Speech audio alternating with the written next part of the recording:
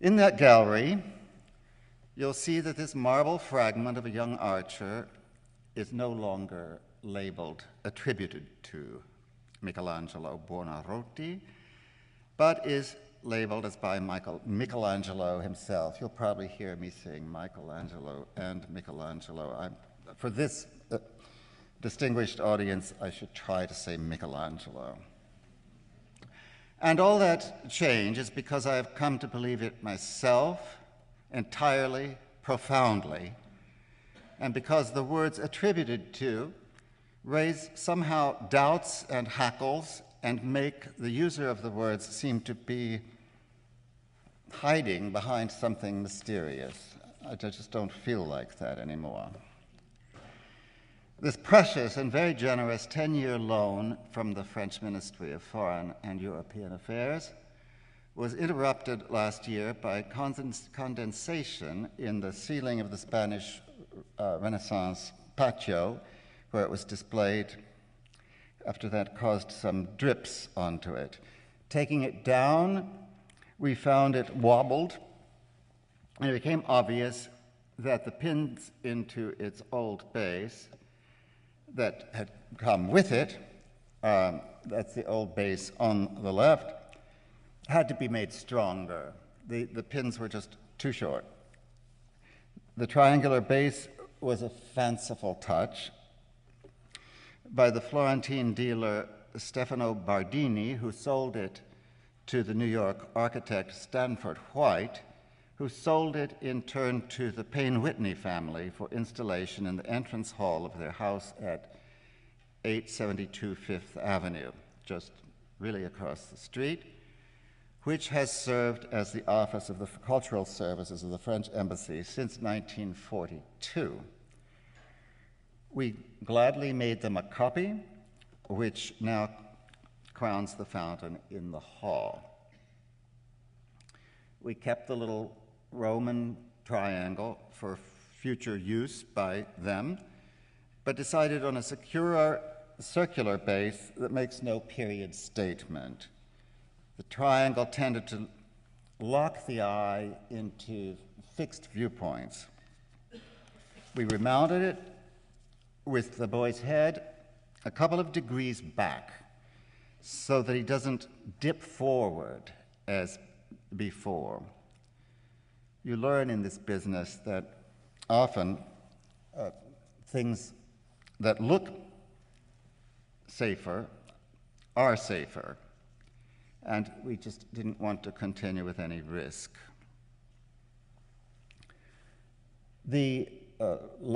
Just to remind you, this is just a recap for a few minutes of things that have been said. The legs are of the same stone that you see clearly where they're broken. Is this? There. Right about there, and their diagonal breaks going up in back.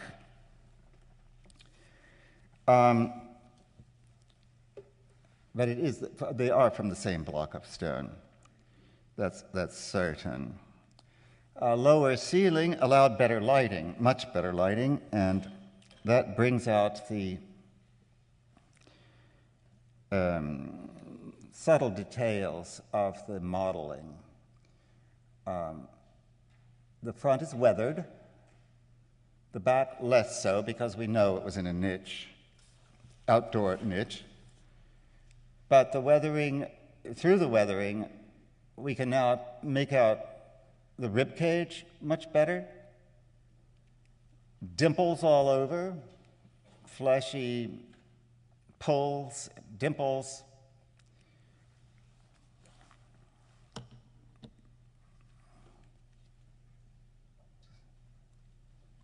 And from the side, you see how he's much more elegant now.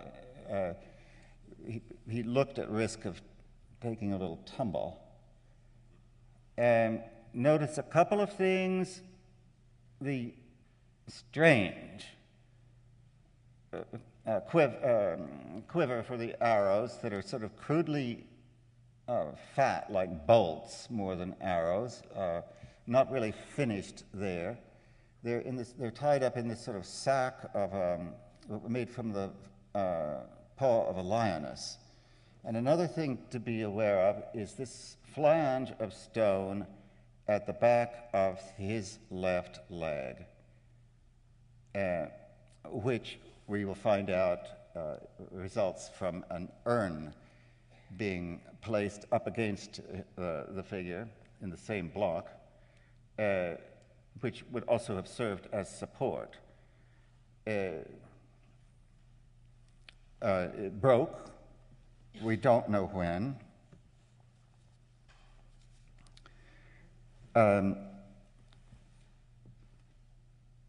It corresponds very well to a work described in 1556 in the house in Rome that had belonged to Jacopo Galli, a Florentine banker, and that also contained Michelangelo's Bacchus. By the same artist was an Apollo completely nude with the quiver at his side, and he has a vase at his feet. It's afterwards sometimes called a Cupid, which is probably the right designation.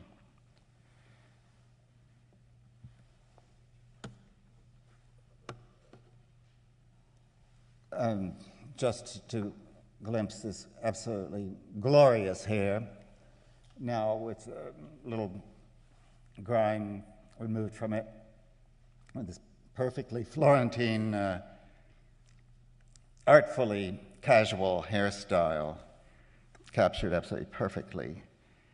In the 18th century, 17th into the 19th century, the piece belonged to the Borghese family in Rome, and it was they who sold it to Stefano Bardini, who gave the provenance and the attribution to Michelangelo in the 1902 Christie's catalog in London, where it didn't sell. It was part of a deal a couple of years later with Stanford White.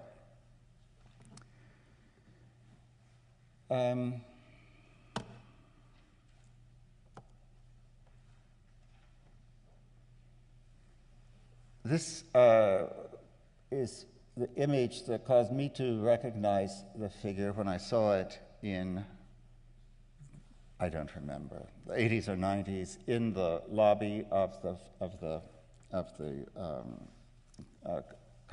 consulate's cultural services. It had been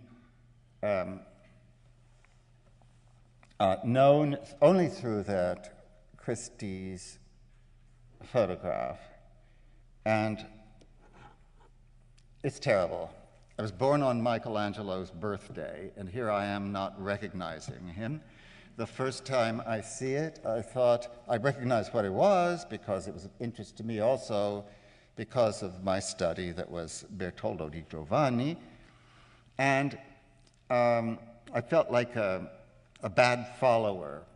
But I didn't mind changing my mind. I don't think we can mind changing our minds, and gladly embraced Katja Weil-Garris-Brandt's attribution to the young Michelangelo as soon as she pointed it out in good light.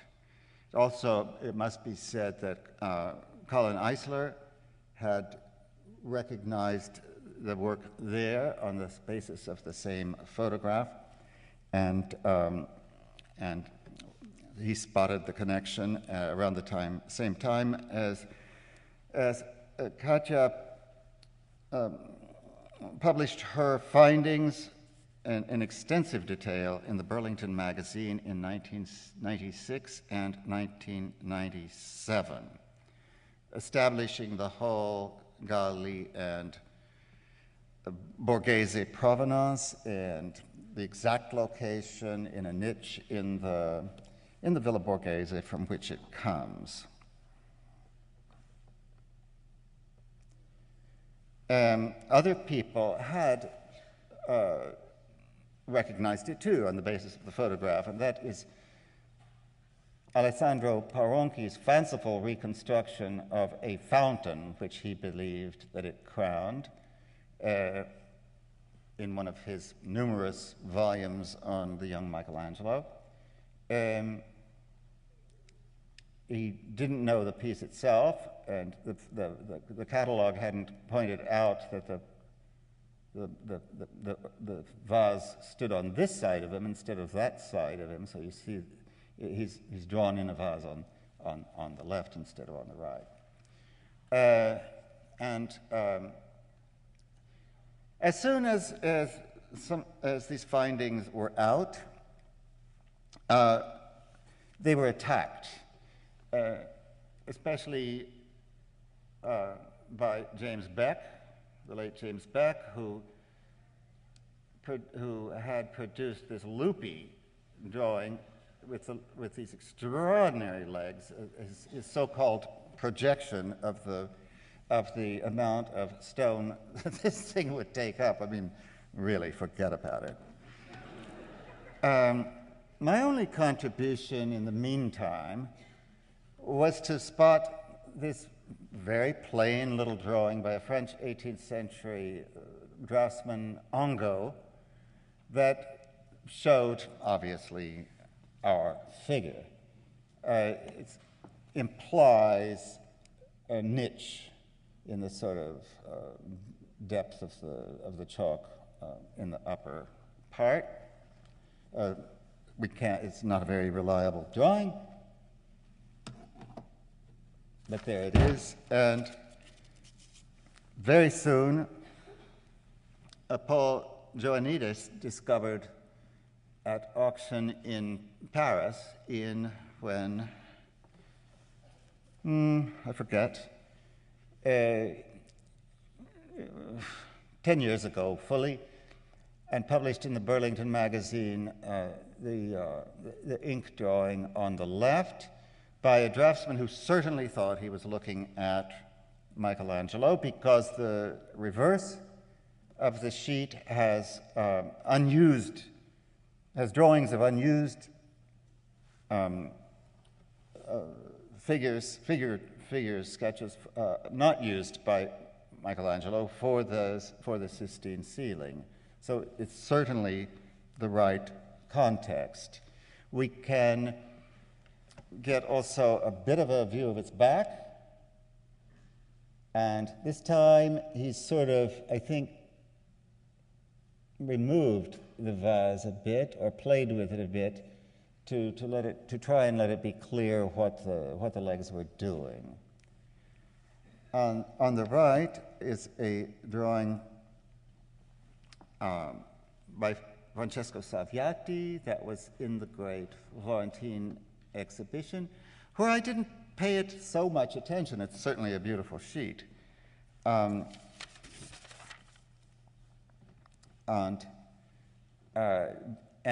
it has several new implications. It establishes certainly that he's thinking of the figure as Cupid with his bag of arrows and lithe pose. He's getting that this is an adolescent. He curiously puts one ankle in front of the other. That remains a possibility in the original arrangement, if you ask me. And now this is a Valentine for Katja Brandt. Andrea De Marchi, in an Apollo issue of 2004, published the first canvas painted by Salviati after he reached Venice from Rome in 1539. Psyche worshipped as Venus. It proves not just that the red chalk drawing is a variant of the figure, but that he had drawn the marble literally. You catch him there in the middle. This is a brushily laid-in area of the painting, and which has suffered a lot, as you can tell. But this part of the tempietto, obviously dedicated to Cupid, is pretty much intact. And it's just one more sighting of the figure in Renaissance times. I'm sure there will be more.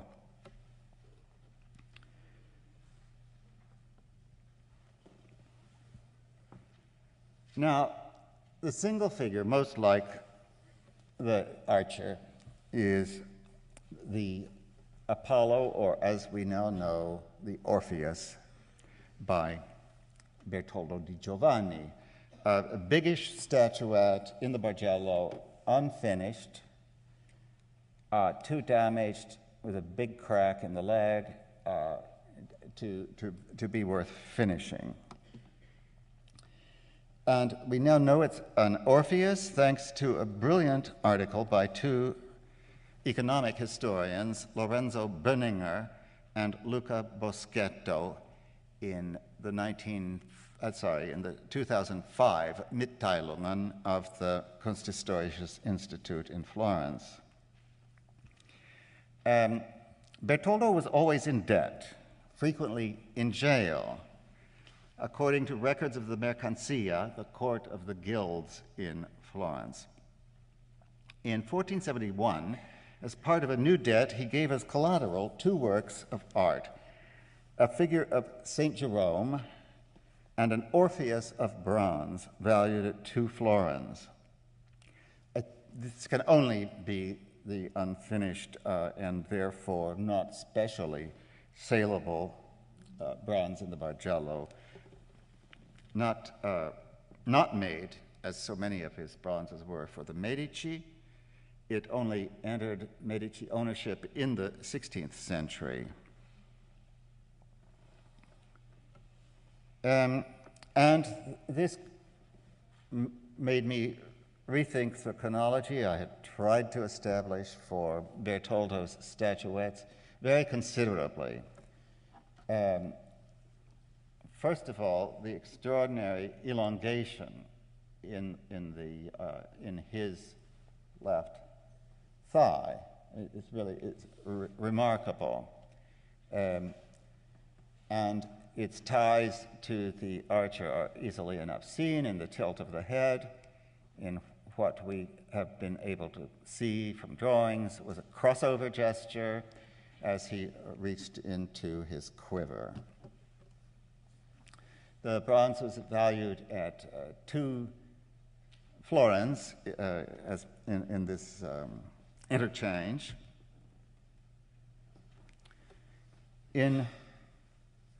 Let's see. And there we see how really, even though it wasn't a Medici property, Bertoldo must have, that the carver of the marble, Michelangelo, certainly had access to this bronze in the gentle separation of the thighs, in the tilt of the head, and much the same funny anatomy, the stretch of the belly and so forth, stretch lines, so forth. I had dated the figure that I thought was an Apollo but it can just as easily be Orpheus, to as late as 1480, expecting that elongation, which occurs in Bertoldo, was sort of a progressive element. But I think increasingly what I've learned is that elongation is a selective expressive choice more than necessarily being an evolution as such.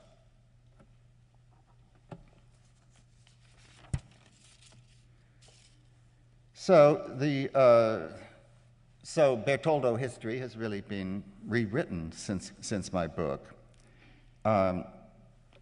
From Benninger and Boschetto, we know further that both of Bertoldo's parents were German. His mother was Barbara, daughter of Johann, son of Heinrich, and the widow of Johann, son of Berthold, from Germany. this in a document of 1463. It's likely that his father was a textile worker. And in any case, we now know that our man was Bertoldo di Giovanni di Bertoldo. He had more trouble with rent in 1466. Oh, sorry, the heads.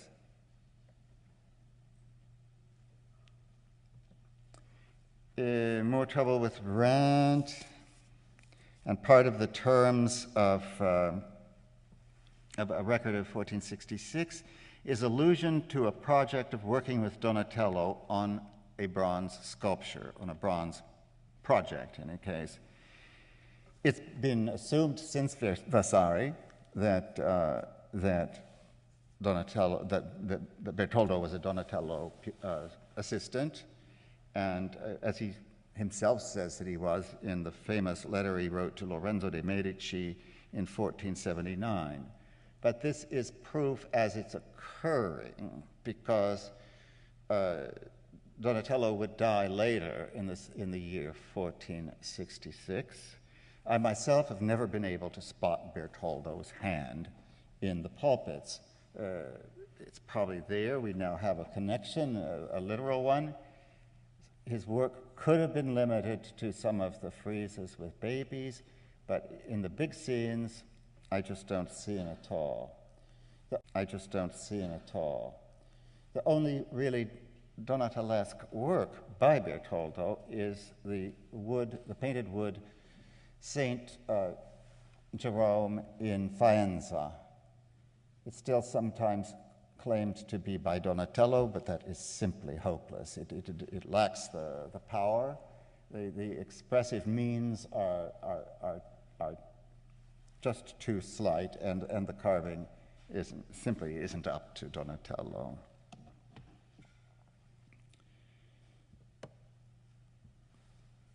So the Orpheus dating to 1471 leaves the stylistic chronology sort of up for grabs. I still think we can assume that a well-knit figure such as the Frick Collection's shield bearer is early, and the flowing design of a elongated figure also is apt to be later. This is his most famous work, the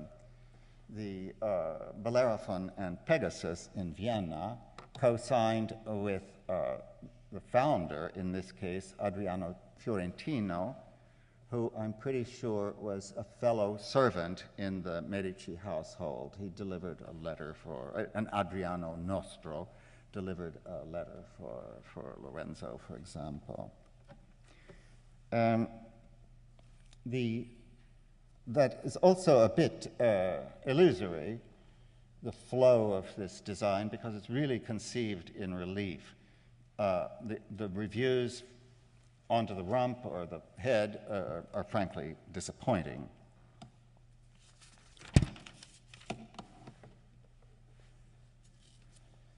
If we allow for this idea of flow, the still well-knit supplicant destroyed in Berlin, and known to me only through the old photographs and a plaster in the Gipsformerei in Berlin, would hint a date closer to the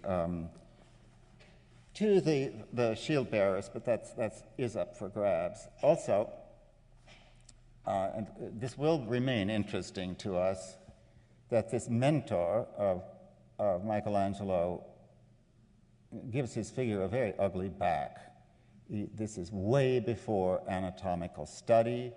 He's thinking as a classicist, and the anatomical necessities are just quite personal and arrived at through design and not through consultation of the antique in this case.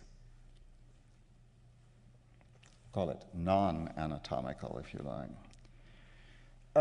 In relief, there's a similar sense of progression, I would say, between the very packed but elegant little Madonna plaque in the Louvre, the bronze, on the left, and the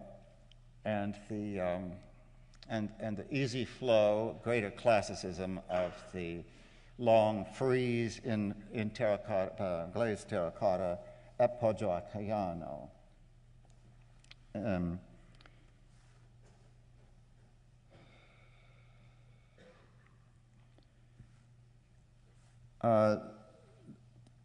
Then he really takes a slide in these grim reliefs for Palazzo Scala in Florence.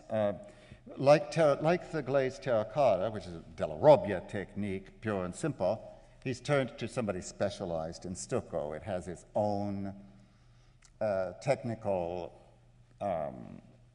dictates, if you will. It's a sort of brittle linearity can be expected from it.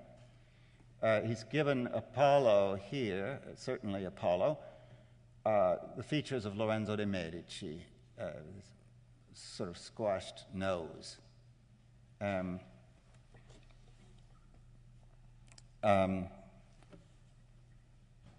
1473 is the first documented acquaintance with Lorenzo the Magnificent, as Bertoldo witnessed a notarial act of some sort.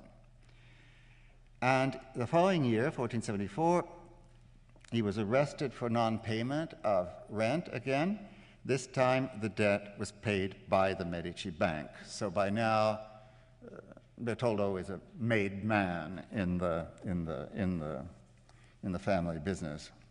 In 1478, he was again arrested and jailed, but this time because the fireworks wagon he designed for the Festival of San Giovanni failed to ignite. The people were furious. It took place in front of the French ambassadors, and he was jailed. By 1479, he lived in the villa of Poggio a Caiano, as we know from his famous letter of 1479 after the wicked Pazzi conspiracy. I won't go into this letter except to say that among Bertoldo's enemies, named therein, numerous, the chief one, Luca Calvanese, has been positively identified by Büninger and Boschetto as a powerful landowner, Luca di Lamberto Calvanesi, a sometime Pazzi ally. This biting screed was written during the war with the papacy and a siege of the plague, and Bertoldo will cook Luca and the Pope and his other enemies into a vat of stew and make plague pills out of it. The letter ingratiated Bertoldo to Lorenzo all the more, and he had it filed with his papers.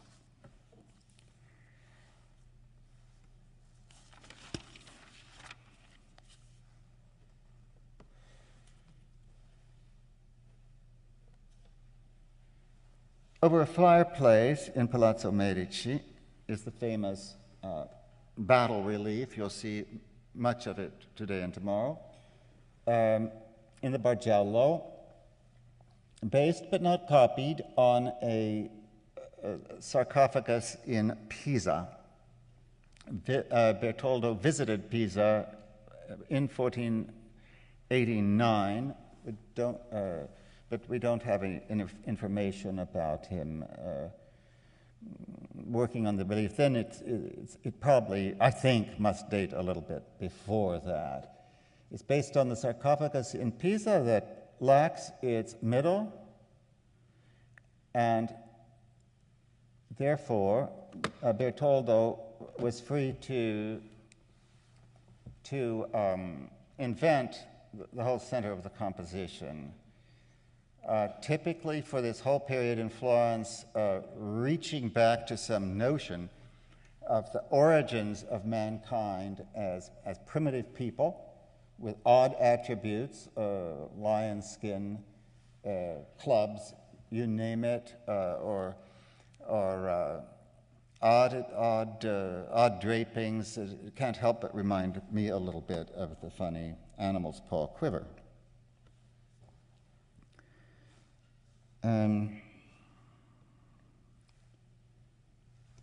The battle is a touchstone for Michelangelo and his Battle of the Centaurs, figure to have been carved soon after Michelangelo moved into Palazzo Medici in 1490. I think of Michelangelo in the relief carving a little bit after the young archer. It's got a terrific fluidity in the figures. This leaning, falling figure is converted into an incredibly sinuous nude woman here as part of its design. But he's certainly looking to Bertoldo in other ways too, and in ways that I think had already informed the Cupid. This habit of planning a face with a short classical nose, a very distinct thrust of the chin, for example. Of course, that's just one of the many unfinished areas of the Battle of the Centaurs.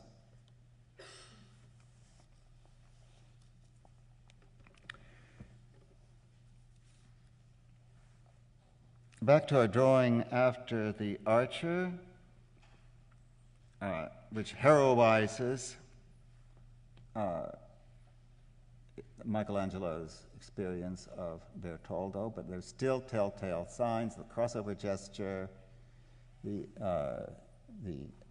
elegant legs, the tilted head have become typical of Michelangelo as well as Bertoldo.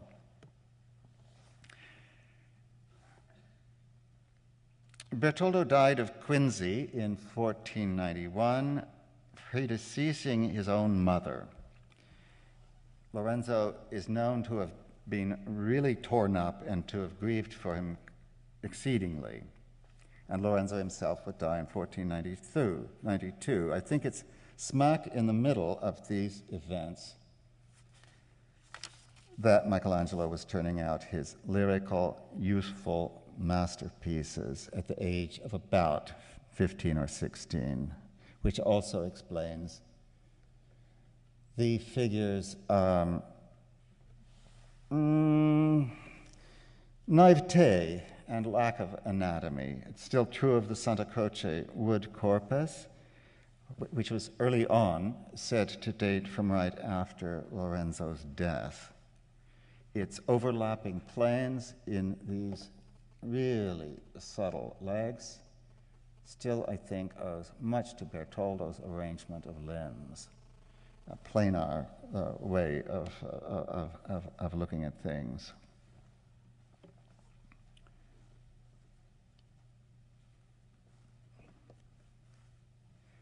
The full throat and cheeks continue in the Bologna angel, and that sort of helmet of hair that characterizes the archer. The hooked limbs recur in the satyr beside the Bacchus. Later on, Bertoldo's medal of Filippo de' Medici will inform Michelangelo's drawing for the Last Judgment. He perches angels condemning and lifting souls on a dais, much like here. He's certainly thinking circularly here. The shading of the drawing is arched there, and it's just clear to me that he's playing around with the design either in reality or through memory.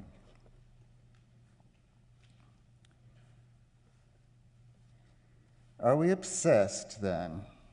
Yes, we are.